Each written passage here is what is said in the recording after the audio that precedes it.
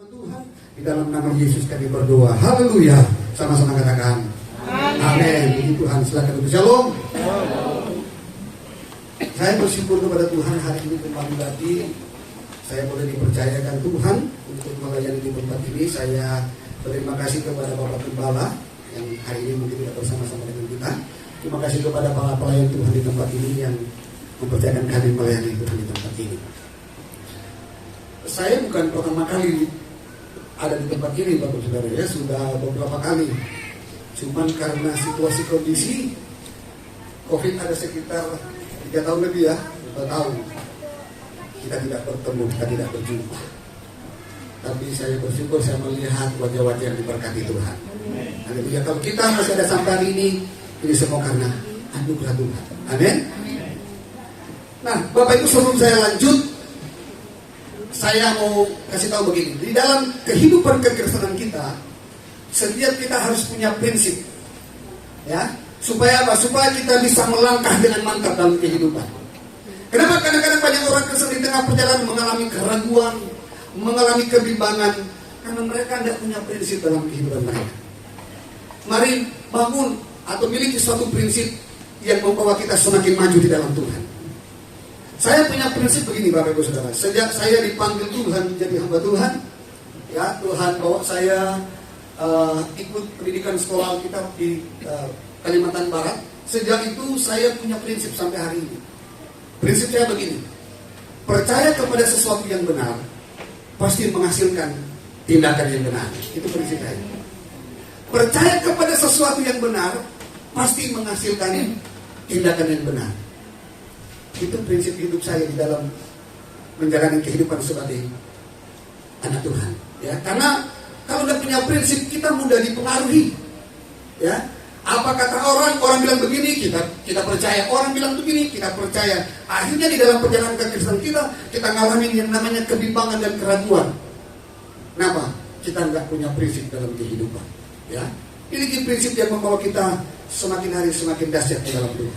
Amin. Nah, Bapak Ibu Saudara, izinkan pagi hari ini saya berbagi dari kebenaran firman Tuhan, ya. Saya tahu ini firman Tuhan ini bukan barang baru di atas mimbar. Udah sering dihotbahkan mungkin firman Tuhan ini. Tapi tidak mengapa saya ingin mengulang kembali supaya firman Tuhan ini tetap segar dalam ingatan kita. Karena banyak hari-hari ini karena masalah dan persoalan, kita tidak terfokus lagi kepada firman Allah, kita sudah fokus kepada masalah. Betul nggak?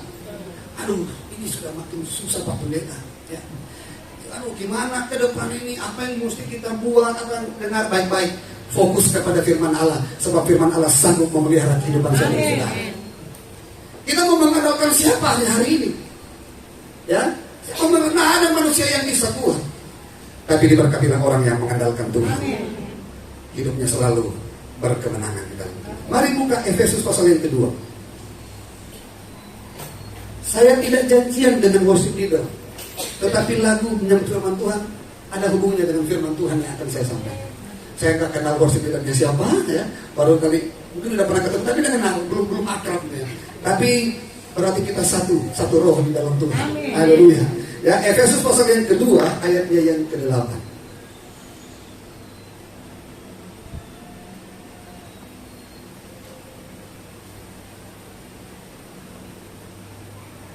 Yang sudah dapat katakan amin. Nah, ada di layar. Dengan baik. Demikian firman Tuhan. Sebab karena kasih karunia kamu diselamatkan oleh iman, itu bukan hasil usahamu, tetapi pemberian Allah. Cocok dengan lagu yang tadi, ya. Bukan karena perbuatan. Amin. Tadi saya mau tanya, siapa yang yakin dirinya sudah diselamatkan? Enggak yakin? Yakin? Kenapa saudara begitu yakin saudara sudah selamat? Hah?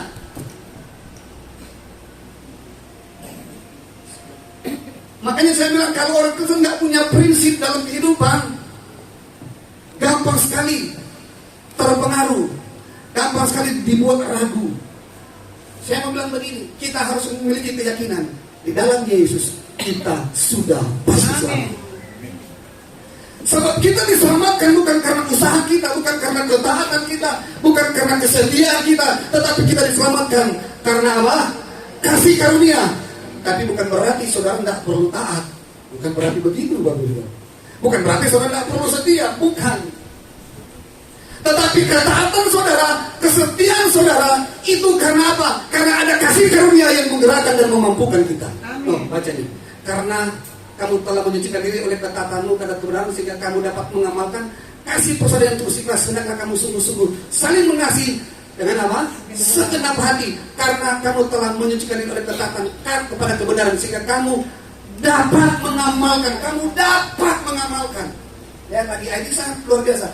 Menjadi jemaat yang bertumbuh dewasa, berakar kuat di dalam Kristus, berkembang dan menghasilkan apa? Buah pertobatan. Kita harus berakar kuat di dalam Kristus. Kasih karunia itu datang melalui Yesus Kristus. Nah, saudara, mulai dari ayat ini kita mulai lihat bahwa keselamatan itu bukan hasil usaha manusia. Karena itu tidak boleh kita menyombongkan diri. Tidak boleh kita bilang, wah saya sudah setia. Sebab begini, jangan sampai kita merasa kita yang hebat. Tetapi Alkitab bilang itu bukan hasil usaha, tapi pemberian. Sama-sama bilang pemberian.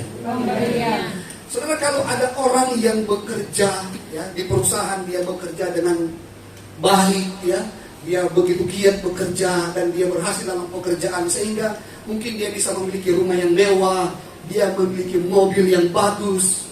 Kita pasti bilang apa? Dia pantas menerimanya. Betul? Dia pantas menerima karena dia berusaha, dia bekerja dengan baik.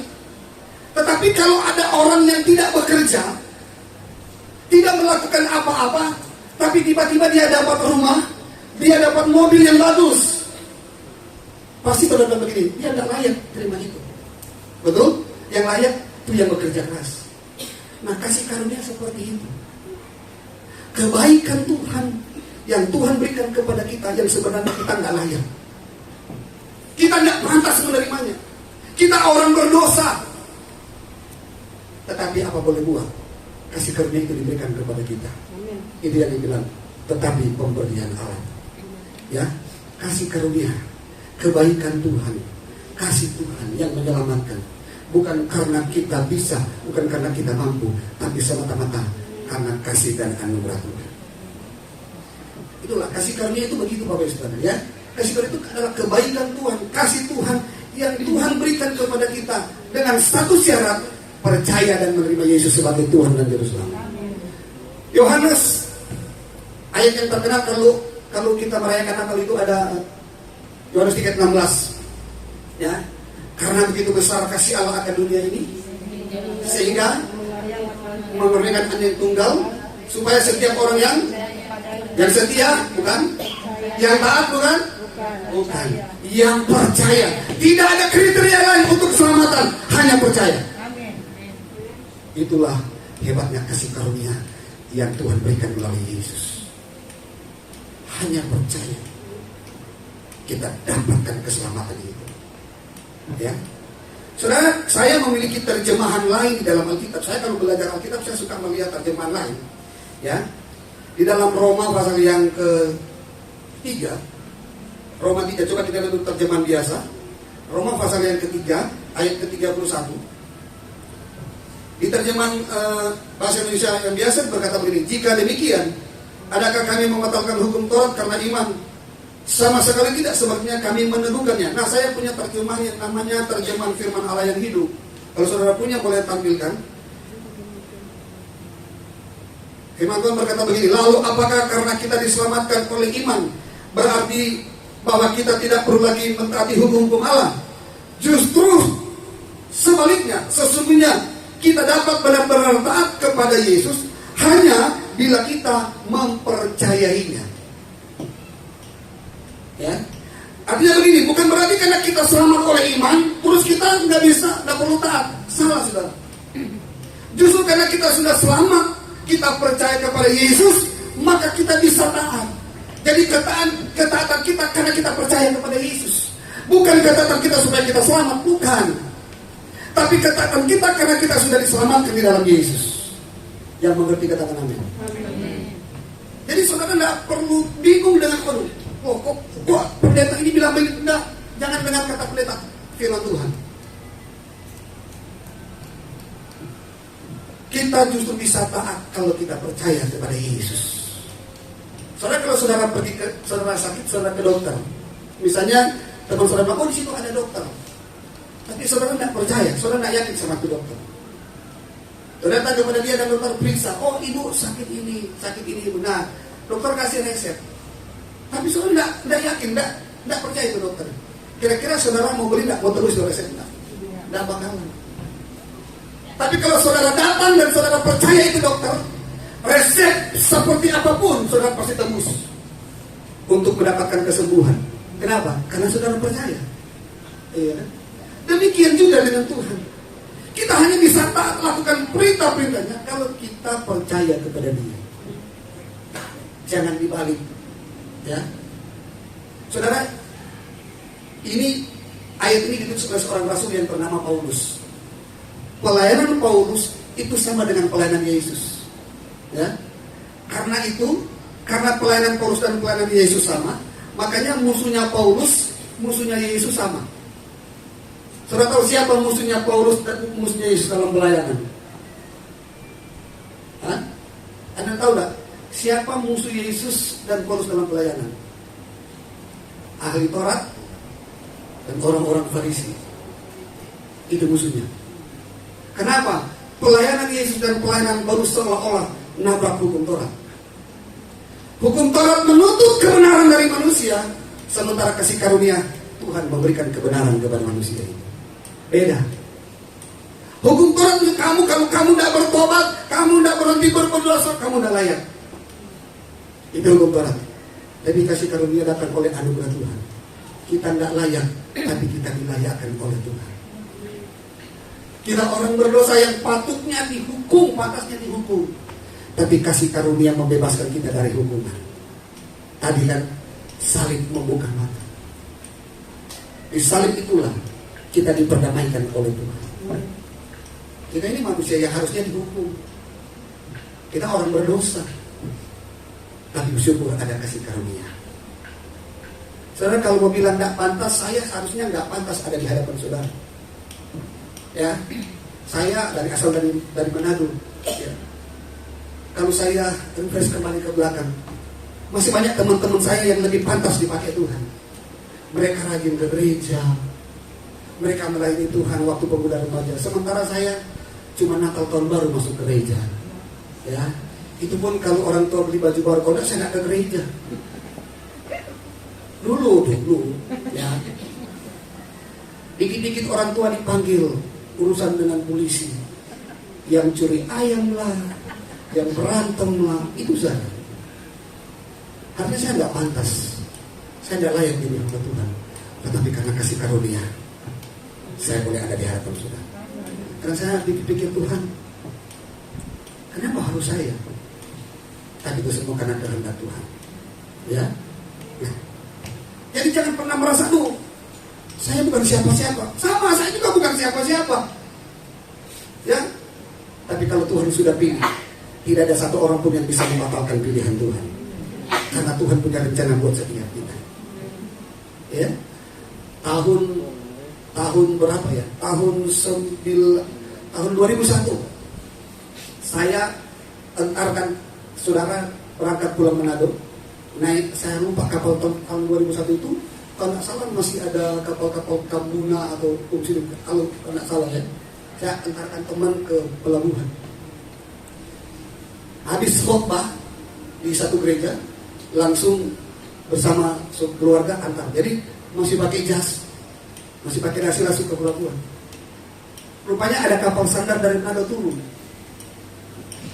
Dari jauh sudah ada yang teriak, "Woi pemabuk!" Teman lama bapak saudara. "Woi pemabuk!" Saya betul, aduh Tuhan tolong. Untung di situ ada yang kenal saya. Pakai jas, pakai dasi, ada orang teriak pemabuk coba benar. Saya langsung angkat tangan dia datang. Dia salamin saya begini.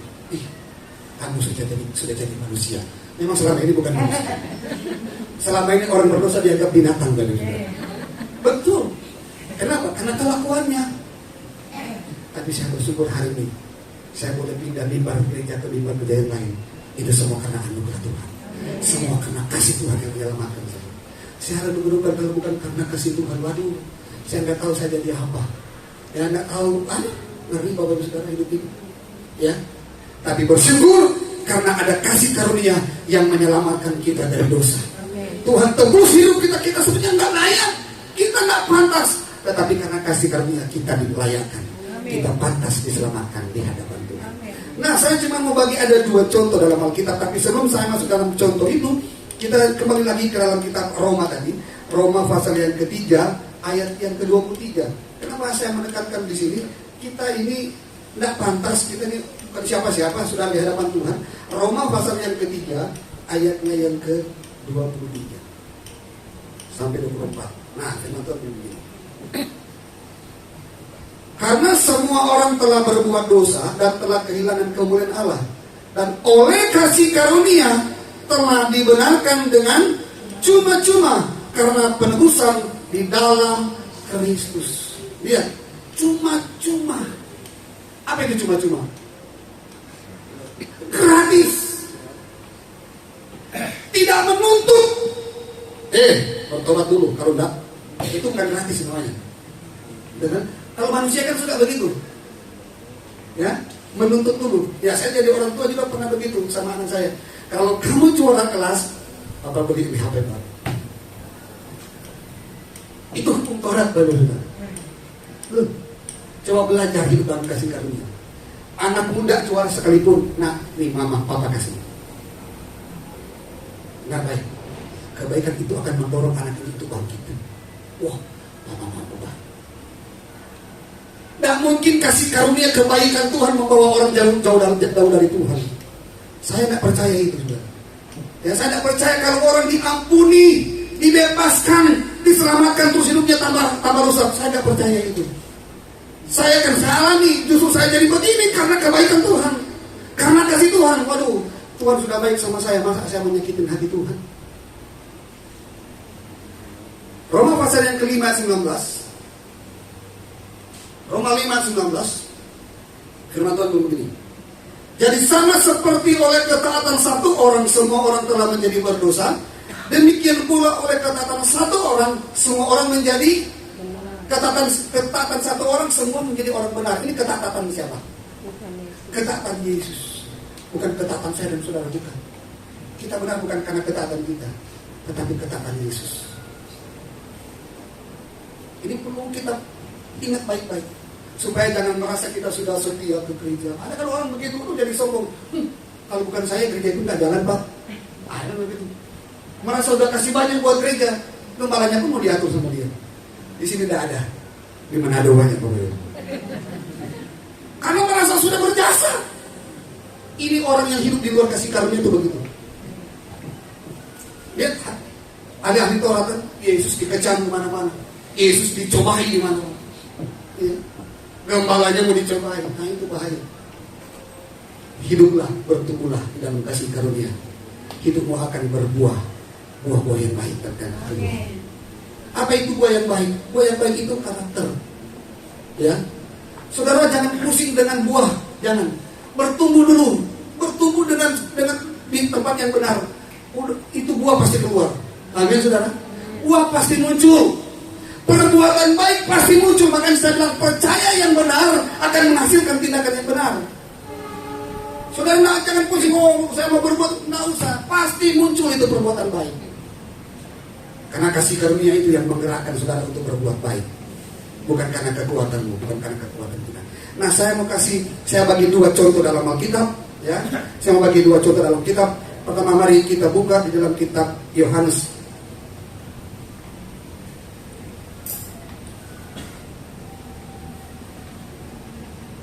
Yohanes pasal yang ke-8.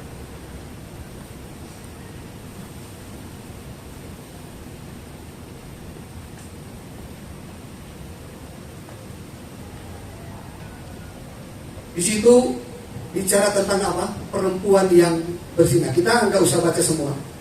Saya percaya saudara sudah pernah dengar, sudah pernah baca cerita ini. Ya, waktu Yesus melayani, orang-orang Farisi, ahli Taurat membawa seorang perempuan yang ketangkap berzina. Betul ya? Dan mereka membawa perempuan ini kepada Yesus. Alkitab bilang mereka mau mencobai Yesus.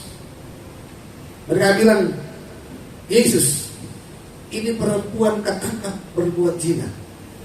Menurut hukum Musa, menurut hukum Taurat, dia harus mati. Dia harus dihukum. Dia harus dilempari dengan batu. Bagaimana menurutmu? Mereka bertanya kepada Yesus. Alkitab bilang begini, Yesus membungkuk dan menulis ke tanah. Sebetulnya peristiwa ini ada di bait Allah, sebetulnya bukan di tanah. Sebab apa? Di bait Allah itu batu, ya, batu seperti batu keramik begini, bukan tanah. Alkitab bilang 2 kali Yesus, ya, Yesus menulis, kemudian dia bilang begini, siapa di antara kalian yang tidak berdosa? Dia yang harus lempar batu ke orang ini. Yesus lagi melumpuhkan dan menulis lagi. Saudara, ini mengingatkan peristiwa perjanjian lama. Jari yang menulis di atas batu itu jarinya siapa? Jarinya Allah. Waktu 10 hukum diberikan kepada Musa, kan kita bilang Allah menulis dengan jari, dengan tangan jarinya menulis hukum itu di atas batu. Artinya begini, kalian mau jebak saya dengan hukum Taurat, saya yang buat hukum Taurat. Waktu Yesus bilang siapa yang tidak berdosa lempar, Alkitab bilang satu persatu minggir. Mungkin ada yang bilang begini, bro, ini titip batu, lemparin yang saya ada urusan. Satu lagi begitu, akhirnya semua pergi. Tiba-tiba Yesus berdiri dan dia melihat kok nggak ada yang datang tadi, udah ada. Udah pergi semua, tinggal batunya doang. Kemudian Tuhan berkata kepada perempuan ini, di mana mereka yang mau menghukum? Tidak ada Tuhan, kata perempuan itu. Tuhan pun bilang begini, aku pun tidak menghukum engkau. Pergi dan jangan berbuat dosa lagi. Artinya begini, pengampunan di depan, baru pergi dan jangan berbuat dosa lagi. Kalau kita zaman sekarang kan lain. Berhenti berbuat dosa, baru saya ampuni. Ada kan begitu? Kalau kamu berubah, baru saya ampuni. Kalau kamu tidak mau berubah, tidak ada maaf bagimu. Nah, itu hukum Tuhan. Tetapi Yesus bilang begini, aku pun tidak menghukum engkau. Kasih Tuhan. Waktu dia dengar, aku pun tidak menghukum engkau. Adakah tertulis wanita bilang begini, kalau begitu saya akan pergi berbuat dosa lagi? Tidak. Dia bilang begini, pergi dan jangan berbuat dosa lagi. Pengampunan di depan. Ini yang namanya kasih karunia. Seharusnya menurut hukum Taurat wanita ini sudah mati, harus mati, dilempar dengan batu sampai mati. Tetapi kasih karunia datang menyelamatkan dia dari penghukuman. Dan apa yang terjadi ketika orang menerima kebaikan Tuhan? Lihat, kita lihat di dalam kitab Lukas pasal yang ke-7. Ya, berapa pakar Alkitab menafsir bahwa ini adalah orang yang sama dengan Yohanes 8 ayat 11. Lukas pasal yang ke-7 ayat 36. Ya, Lukas 7 ayat 36. Ya. Di situ diceritakan tentang Yesus diurapi oleh perempuan berdosa. Kalau Alkitab menulis perempuan berdosa, orang Yahudi kalau bilang perempuan berdosa itu perempuan yang berzina. Ya, setiap perempuan tadi. Nah, saudara, pada waktu Yesus datang ke rumah Simon, ya, dia dan murid-muridnya duduk makan bersama dengan Simon dan keluarganya. Tiba-tiba perempuan ini datang. Alkitab bilang apa? Dia mengurapi Yesus dengan minyak yang mahal. Dia menangis di kaki Yesus, air matanya dia curahkan di kaki Yesus dan menyekanya dengan rambut. Waktu orang-orang melihat peristiwa itu, mereka mulai berkata, kalau dia nabi, kalau dia Tuhan, tentunya dia tahu siapa orang yang wanita yang ada di hadapannya. Dia adalah orang berdosa. Jadi perempuan ini terkenal, ya, terkenal perempuan berdosa. Tuhan memanggil Simon. Simon, kalau ada 2 orang yang berhutang, yang satu katakanlah utangnya 10 juta, yang satu 50 juta, ya. Terus keduanya yang tidak mampu membayar, tetapi yang punya uang membebaskan mereka dari hutang. Kira-kira siapa yang paling bersyukur? Kalau menurut saudara, siapa yang paling bersyukur? Yang utangnya paling banyak, betul nggak? Dia bilang begini, Simon bilang begitu. Tentu yang utangnya paling banyak. Yesus bilang, betul apa katamu? Kamu lihat perempuan ini, dari tadi dia tidak berhenti mencium kakiku, air matanya ada, mencuci kakiku dengan air mata. Dia mencium aku dan mengurapi aku dengan minyak.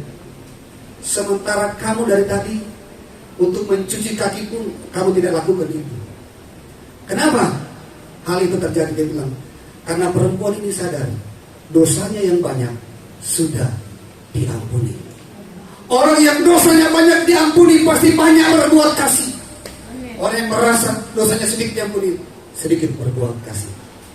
Ini yang saya bilang, tidak mungkin orang yang dapat kasih karunia, dapat pengampunan dari Tuhan yang cuma-cuma, terus hidupnya tambah jahat. Tidak mungkin.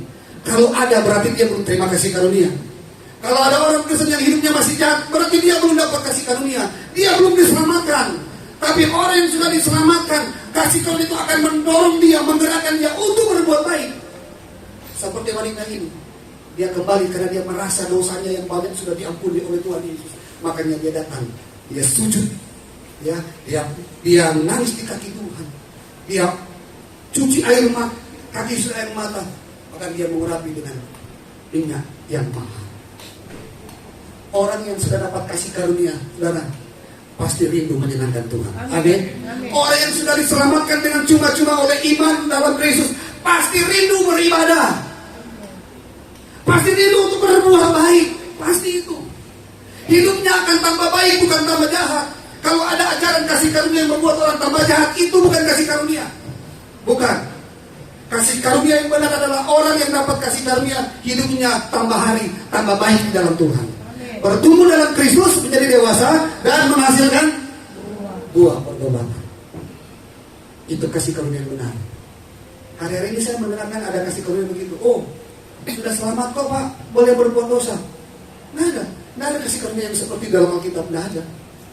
Orang yang sudah selamat pasti berbuat baik. Ini contoh wanita ini, dia diampuni. Seharusnya yang pantas menghukum dia siapa? Kan Alkitab bilang tadi, Yesus bilang, barang siapa di antara kamu yang tidak berbuat dosa, dia yang pertama melontar batu. Seharusnya yang berhak melontar batu siapa? Lempar batu siapa? Yesus. Yesus berdosa, tapi itu pun Yesus tidak lakukan. Karena apa? Karena Yesus sangat mengasihi orang berdosa. Amin. Sekali lagi, Yesus sangat mengasihi orang berdosa. Dia benci dosa, tapi dia mengasihi orang berdosa. Makanya bagaimana caranya? Dosa harus dihukum, tetapi orangnya harus diselamatkan. Caranya bagaimana? Yesus kan adil. Dia Allah yang penuh kasih, tapi dia Allah juga benci dosa. Ya, bagaimana benci terhadap dosa-dosa itu harus dihukum? Bagaimana kasihnya harus menyelamatkan manusia? Dia ganti dengan tubuh yang lain, tubuh Yesus. Dosa saya dan saudara dihukum di tubuhnya Yesus, supaya saya dan saudara diselamatkan di dalam Tuhan. Ya kan? Sebab kalau dosa itu dihukum di tubuh saudara, mati kita, nggak ada yang selamat. Iya kan? Tapi saat kasih karunia datang dari Yesus, dia cari, dia buat tubuh pengganti, yaitu tubuh Yesus. Dosa kita diambil, ditaruh di tubuhnya Yesus, dihukum di tubuhnya sampai mati. Kebenaran Yesus diberikan kepada kita. Kita dianggap benar oleh Tuhan. Sekalipun hari ini kita masih tadi, hamba Tuhan tadi berdoa, ya kadang-kadang kita melakukan tanpa kita sadari, kita melakukan kesalahan, ya kesalahan, melakukan dosa. Ingat baik-baik, dosa kesalahan kita sudah tebus lunas di atas kayu salib. Makanya firman Tuhan, sekalipun engkau tidak setia, Allah tetap setia. Pak Pendeta, tapi saya masih bikin dosa. Sekalipun Allah tetap mengasihi saudara. Hidup dalam kasih karunia, hidup dalam kasih karunia, bertumbuh dalam kasih karunia, maka ayat ini akan terjadi. Dengar baik-baik ini. Karena kamu telah menyucikan diri dari ketaatanmu kepada kebenaran.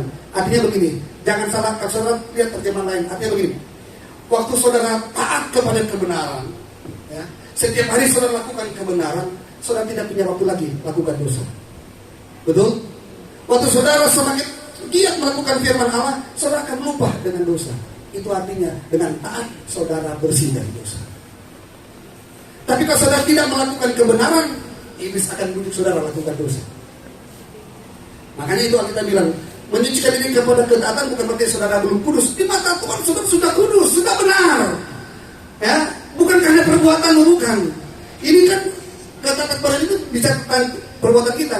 Tetapi itu bukan menyucikan diri di hadapan Tuhan, bukan. Tetapi dari perbuatan dosa kita. Kita berhenti berbuat dosa, manakala kita taat kepada kebenaran. Tetapi di mata Tuhan, saya dan saudara adalah orang benar. Yang percaya kata amin. Pak Pendeta, saya masih bikin salah. Tidak peduli, di mata Tuhan kita orang benar. Harus yakini itu. Ketika saudara yakin saudara orang benar, percaya akan kebenaran, maka akan menghasilkan tindakan yang benar. Amin. Kalau saudara cuma merasa terus, saya Pak orang berdosa, ya udah bikin dosa terus. Ya wajar lah Pak, kan saya masih manusia. Ya makanya orang susah.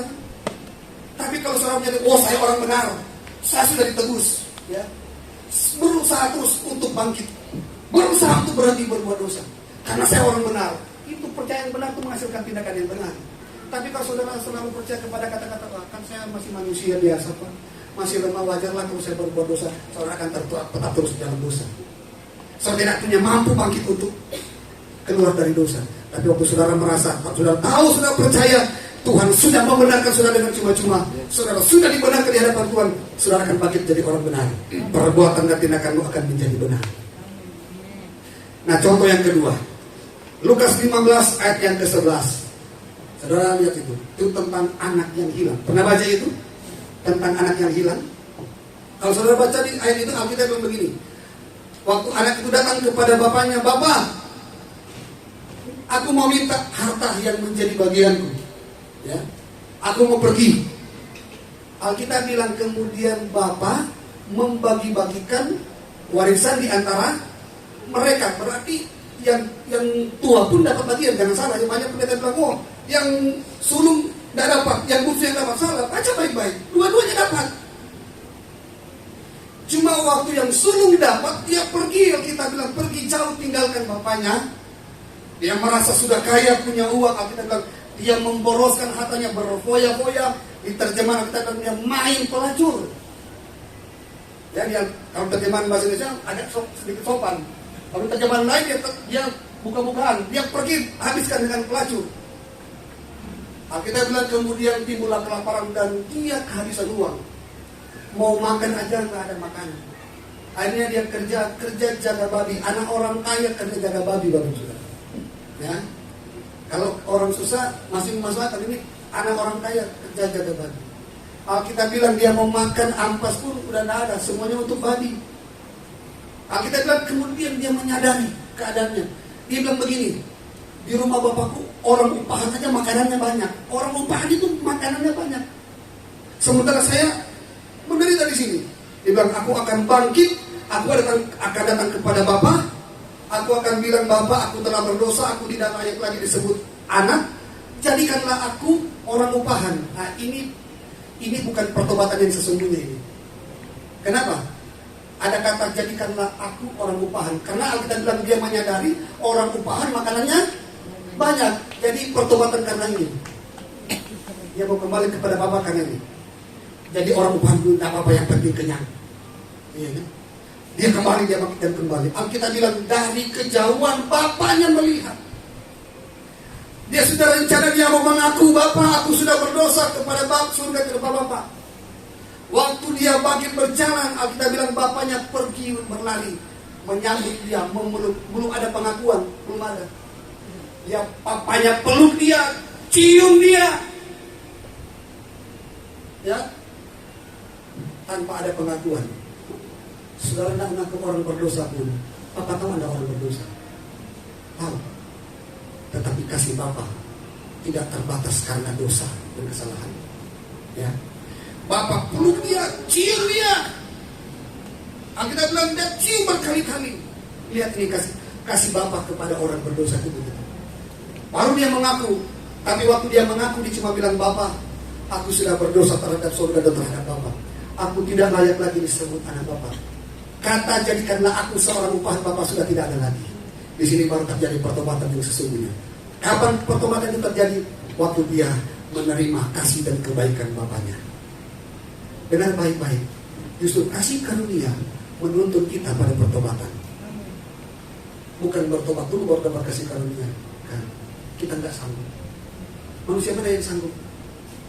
Hidup benar tidak ada. Justru kasih karunia kebaikan Tuhan yang Tuhan nyatakan kepada kita orang berdosa, menerima anugerah, dibenarkan dengan cuma-cuma. Justru di situ kita ada kekuatan mampu untuk hidup dalam pertobatan. Tanpa kasih karunia kita tidak ada yang mampu dan ada yang bisa. Tanpa kebaikan Tuhan kita tidak sanggup. Hari-hari ini Bapak Ibu Saudara, kalau bukan karena kebaikan Tuhan, mungkin sudah banyak orang yang akan gereja. Iya kan, tanpa usah sadar-sadar. Tapi hanya karena kasih dan kebaikan Tuhan. Saudara dikasih Tuhan yang bersaksi begitu. Ini kan prediksi orang ke depan ini gelap, ya, Indonesia gelap. Akan ekonomi hancur. Sudah banyak pabrik tutup. Udah banyak. Saya sebagai hamba Tuhan, saya tidak ada usaha. Kalau dulu pernah ada usaha, ya. Kalau saudara pernah dengar restoran Watung di Kelapa Gading, itu punya keluarga kami. Karena COVID tutup. Dan itu ada posisinya ada di depan gereja GGI Mawasarun. Itu ramenya di kampung. Sampai kami kewalahan, itu usaha keluarga kami. Dan Tuhan cukup memberkati kami dengan, tapi karena COVID tutup, nggak boleh warung makan restoran buka, nggak boleh. Kita pikir buat apa kita sewa tempat kalau kita tahu, akhirnya kita akhirnya. Setelah itu kami tidak usah lagi. Saya, istri juga nggak kerja, murni saya melayani Tuhan sepenuh waktu.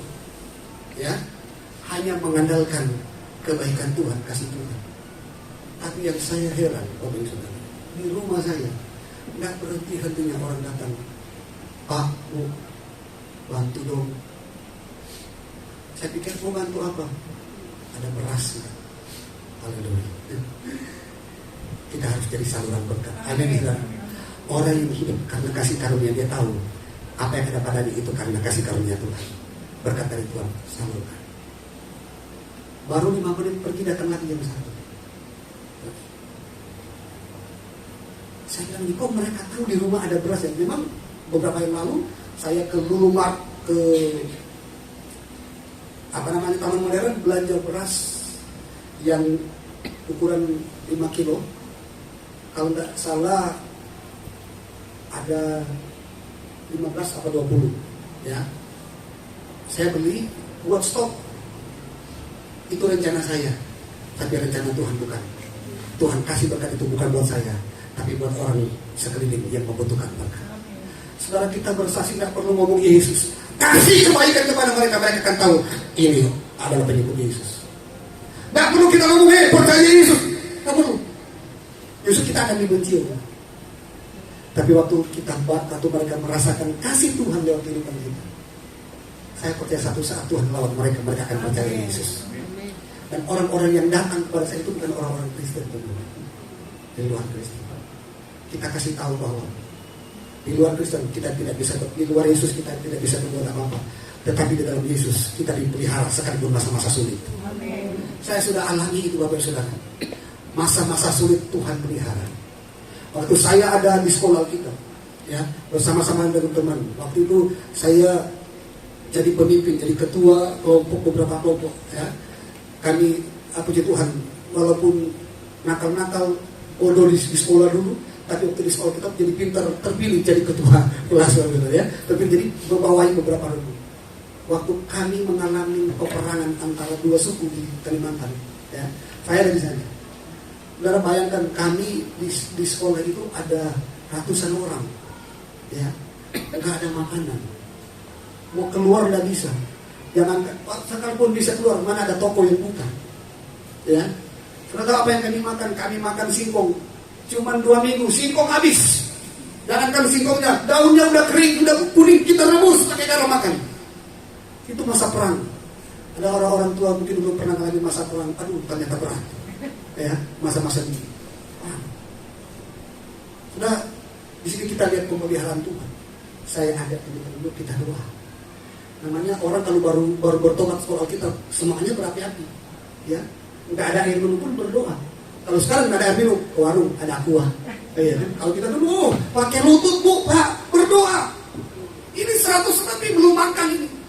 Kita beberapa teman kota berdoa, kalau perlu puasa, kita doa. Saudara, selesai berdoa, kita nyapu halaman karena nggak bisa keluar. Itu peluru peperangan. Tiba-tiba kita lihat ada 2 orang tentara datang. Rupanya diutus sama komandannya untuk menjaga ruang sekolah kita kan. Datang lagi saya, karena saya ketua kelompok, saya yang sambut, ngobrol. Tentaranya bukan orang Kristen, saudara. Tapi mereka senang ngobrol. Terus mereka bilang begini, sudah siang aktivitas biasa. Kata tentara itu begini, ini murid-murid nggak pada makan siang pak. Saya bilang begini, kita sudah kehabisan makanan. Tunggu sebentar, dia langsung pergi. Yang satu tinggal, yang satu pergi. Bikin laporan komandannya, anak sekolah kita perlu makan siang. Tiba-tiba datang mobil, bawa beras 2 karung besar-besar buat kita makan. Hari pertama kita nggak masak nasi, bikin bubur buat 100 orang, setengah karung habis. Itu siangnya. Malamnya sama, setengah. 2 hari 2 karung habis. Doa lagi. Tiba-tiba ada mobil yang datang. Ada anak Tuhan di kota Pontianak kirim makanan. Di situ saya lihat, kalau kita hidup di dalam kasih karunia Tuhan, pemeliharaan Tuhan di masa-masa sulit nyata bagi kita. Amin. Ya, alami kebaikan Tuhan. Dengar baik-baik. Hidupmu saja dia selamatkan dari dosa, masa makan minum udah dipelihara? Nggak mungkin. Ya, diselamatkan dari hukuman aja gratis, masa makan minum nggak disediakan? Tuhan sediakan asal bertumbuh dalam kasih karunia. Ya, full time dulu. Saudara mungkin kenal saudara Esther Simamora yang bekerja sama dengan dia, itu saksi hidup saya. Ketika saya awal melayani di Jakarta, nggak punya apa-apa, tapi saya hanya mengandalkan kebaikan Tuhan. Saya tahu Tuhan pasti pelihara hidup saya. Baru berapa tahun, 2 tahun melayani di Jakarta, ngontrak aja masih 1 petak di daerah Kelapa Gading sana, saudara. Ya, Kelapa Gading masih sepi waktu itu. Tiba-tiba kebaikan Tuhan datang, suruh saya bikin paspor berangkat ke Israel. Teman-teman pada kaget, lu banyak duit ya? Dari mana? Kita sama-sama full timer. Saya bilang, dari mana? Kita kan sering ke bank, kan gajian, kan lu tahu berapa pendapatan gua. Terus bisa pergi ke sana, itulah kebaikan Tuhan. Bagi Tuhan tidak ada yang mustahil. Itu saya cerita sama Pak Sudi, karena kami tetangga dan kami sering bertemu dalam pelayanan di Cakung. Pak Sudi ketawa, geli dengar kesaksian saya. Iya, pergi ke Israel nggak bawa apa-apa, pulang bawa berkat. Iya, itu nggak bisa. Itu saya bilang itu karena kebaikan Tuhan, bukan karena saya punya uang banyak. Saya nggak punya uang, nggak punya apa-apa. Tapi saya punya Yesus yang luar biasa, yang sudah menebus saya dari dosa, membenarkan saya dengan cuma-cuma. Kalau hidup saya pun dibenarkan dengan cuma-cuma, kebutuhan saya pasti dipelihara, disumpahkan oleh Tuhan. Makanya saya bilang, orang bilang, Pak, katanya ke depan ini gelap, dunia apa?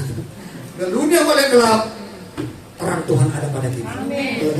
Dunia langit bumi akan berlalu, tetapi firman Tuhan tetap selama-lamanya. Makanya percaya yang benar, maka saudara akan lihat ada penghasilan yang benar. Kalau saudara memahami sesuatu yang salah, saudara tidak akan kuat, tidak akan mampu. Tapi kalau saudara percaya benar, akan menghasilkan sesuatu yang benar. Saya 4 bersaudara, anak yang terakhir. Ya, anak yang terakhir, anak yang paling tidak bisa diatur, ya, anak yang paling mengecewakan orang tua. Tetapi waktu kasih karunia membuka saya jadi orang yang membanggakan keluarga. Ya, luar biasa. Kakak-kakak saya datang dari jauh datang ke saya, ya. Orang tua saya waktu masih hidup datang ke saya. Kalau dulu saya nggak di rumah 1 bulan pun nggak ada yang nyari, betul. Ya, sampai ada tante saya begini, katanya ini dengan cerita, ada sepupu saya kan begini, Si Melki kok nggak kelihatan. Tiba-tiba tante, kakaknya mama saya yang tahu saya udah begini. Udah mati kali. Ya bayangkan. Karena saking bikin kecewa, bikin sakit hati, ya. Tapi waktu Tuhan ubahkan semua berubah, Bapak Ibu Saudara. Semua nyari saya.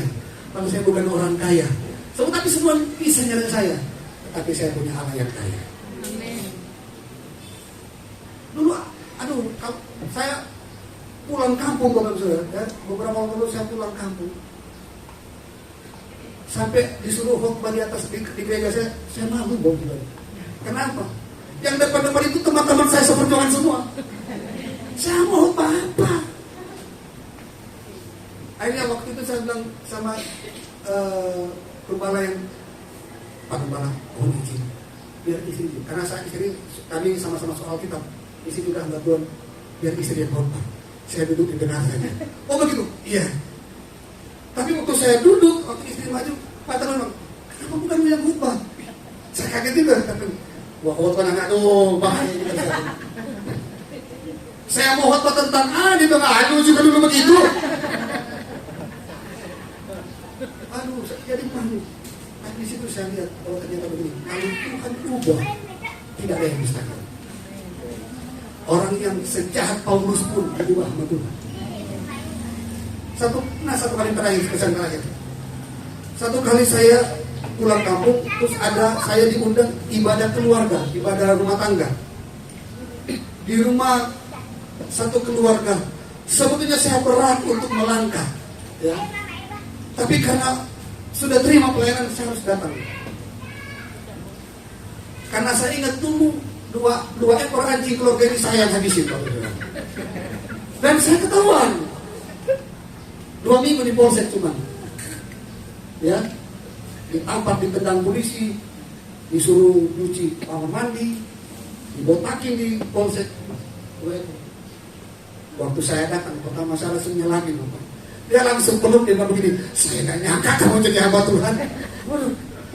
Tapi mau buka Alkitab aja saya bingung mau mulai dari mana ini. Saya berdoa, Tuhan minta kasih karunia. Sekarang lagi khotbah, istrinya nangis. Dia bilang begini, Erki, bertahun-tahun saya ikut mendoakan kamu, karena saya tahu kamu pasti jadi hamba Tuhan. Saya bilang, tahu dari mana? Saya kabur dari Manado aja karena masalah. Beda kalau saya keluar dari Manado, saya bersaksi jemaat Tuhan bantu saya masuk Alkitab, itu lain ceritanya. Ini saya lari dari Manado, dikejar-kejar dari Manado, pulang jadi hamba Tuhan. Wah, itu semua karena kasih karunia Bapak Saudara. Jadi kalau ada keluarga saudara yang bandel-bandel, doakan dia. Kalau saya bisa berdoa masa. Kalau ada bapak-bapak yang bandel, ibu-ibu doakan bapak-bapak, ya. Ya, Pak, kalau ada ibu yang di rumahnya doakan, pasti berubah. Kalau saya Tuhan ubahkan, Bapak Ibu Saudara pasti diubahkan Tuhan. Karena begini, kasih karunia sajalah yang memampukan kita. Ya, kasih karunia saja yang memampukan. Yang saya saksikan tadi teman yang teriak, "Weh, pemabuk," sampai sekarang saya tidak ketemu. Mudah-mudahan juga dia sudah bertobat. Ya, saya tidak tahu lagi dia di mana. Tapi dia bilang dia kerja di Jakarta. Saya coba cari di Facebook, tidak ketemu. Apa dia sudah pulang Manado atau dia tidak punya HP? Mungkin masih bandel gitu tuh aja, nggak tahu juga Saudara. Tapi oh ya, saya mau saksikan baru-baru kemarin teman saya meninggal. Dia dulu sama-sama pelayanan sama saya. Diberkati Tuhan, tinggalkan pelayanan. Ini saya bisa Saudara. Jangan sampai berkat buat kita jauh dari Tuhan. Usahanya maju, dia tinggalkan Tuhan. Dan alasan bilang begini. Nah, doakan saya. Sekalipun saya di gereja lagi, saya mau usaha, tapi saya tetap melayani. Puji Tuhan. Dari motor punya mobil 2, ya, tiba-tiba tak pernah muncul ke gereja. Saya buka Facebook, sudah duduk minum mabuk-mabukan dengan teman-teman, dengan wanita-wanita yang saya tak kenal, saya tak tahu. Ketemu saya di Cibubur begini, ya, itu jalan hidup. Enak sekali kamu ngomong begitu. Kamu sia-siakan kasih karunia. Hanya saya biarin. Tiba-tiba sudah 2 tahun kemudian ketemu saya, sudah kurus, sudah kurus, sudah pucat, ya. Saya tanya sama istrinya, mobilnya mana? Dijual. 2 dijual. Terus saya kenapa? Kena penyakit gula. Udah kena penyakit pula, kena paru-paru. Berbiar lagi di tangan Tuhan. Berapa yang kasih dengan Tuhan? Jangan sia-siakan kasih karunia Tuhan. Kalau kau diberkati Tuhan, tetap rendah hati, tetap setia kepada Tuhan. Sebab berkat yang kamu dapat itu pun karena kebaikan Tuhan, karena kasih Tuhan. Bukan karena kehebatanmu, bukan karena kemampuan, bukan. Semua karena Tuhan. Amin, saudara. Alkitab bilang, oleh karena ketaatan satu orang, kita diselamatkan. Oleh ketaatan satu orang, kita dibenarkan. Bukan jangan pernah merasa hebat, jangan pernah merasa, tapi sebenarnya Tuhan memberkati Bapak Ibu Saudara. Sekali lagi, kita diselamatkan karena kasih karunia. Kita duduk di sini karena kasih karunia. Ya, sekali lagi kita duduk. Tadi kita baru ngobrol dengan Pak Bangun ya. Rekan hamba Tuhan yang juga dipanggil Tuhan begitu setia sampai akhir. Kami datang waktu pemakaman di Tanah Karo. Saya belajar setia dari seorang Bapak. Dia bukan orang kaya, dia bukan orang, tapi dia orang yang setia melayani Tuhan. Anak-anaknya diberkati. Yang satu kerja di perpajakan, umumnya anaknya diberkati Tuhan. Itu semua karena kasih karunia.